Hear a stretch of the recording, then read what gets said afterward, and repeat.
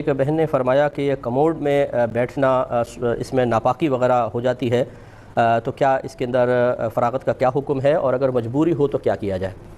دیکھیں، بامر مجبوری باہر تو تقریباً سب یہی ہے۔ سعودی عرب کے اندر بے شمار مقامات پر، اور اسی طرح جب آپ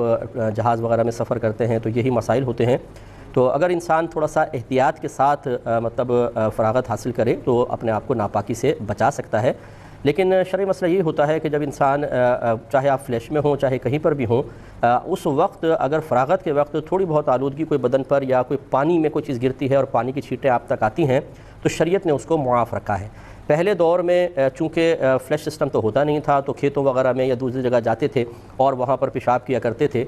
تو زمین پر پیشاب گر کر بعض اوقات ہوا کے ذریعے یا ویسے پریشر سے اس کی باریک چھینٹیں قدموں تک پہنچ جایا کرتی تھیں، اور چونکہ یہ بہت زیادہ تھا کہ لوگ بار بار پیشاب کرنے جاتے تھے، اب اگر ان پیشاب کی باریک چھینٹوں کو ناپاک قرار دیا جاتا تو بار بار لوگوں کا ناپاک ہونا، پھر وہ پاؤں اگر پانی میں پڑ جائے تو پانی کا ناپاک ہونا لازم آتا۔ اسی لیے فقہا نے اس دور کے اعتبار سے کہ اس میں بہت زیادہ عموم بلوہ ہے، اگر بار بار پاک کرنے کا حکم دیا جائے تو لوگ حرج شدید میں مبتلا ہو جائیں گے۔ پیشاب کی سوئی کی نوک کے برابر باریک چھینٹوں کو معاف رکھا تھا۔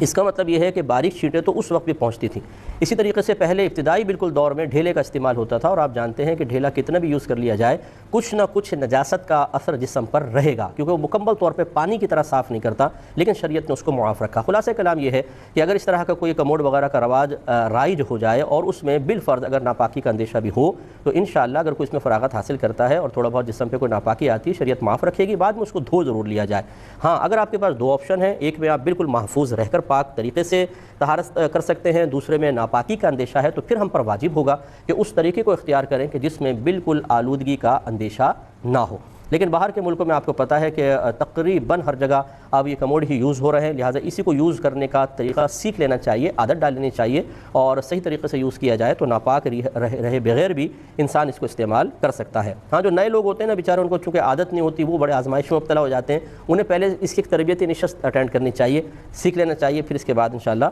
آسانی رہے گی۔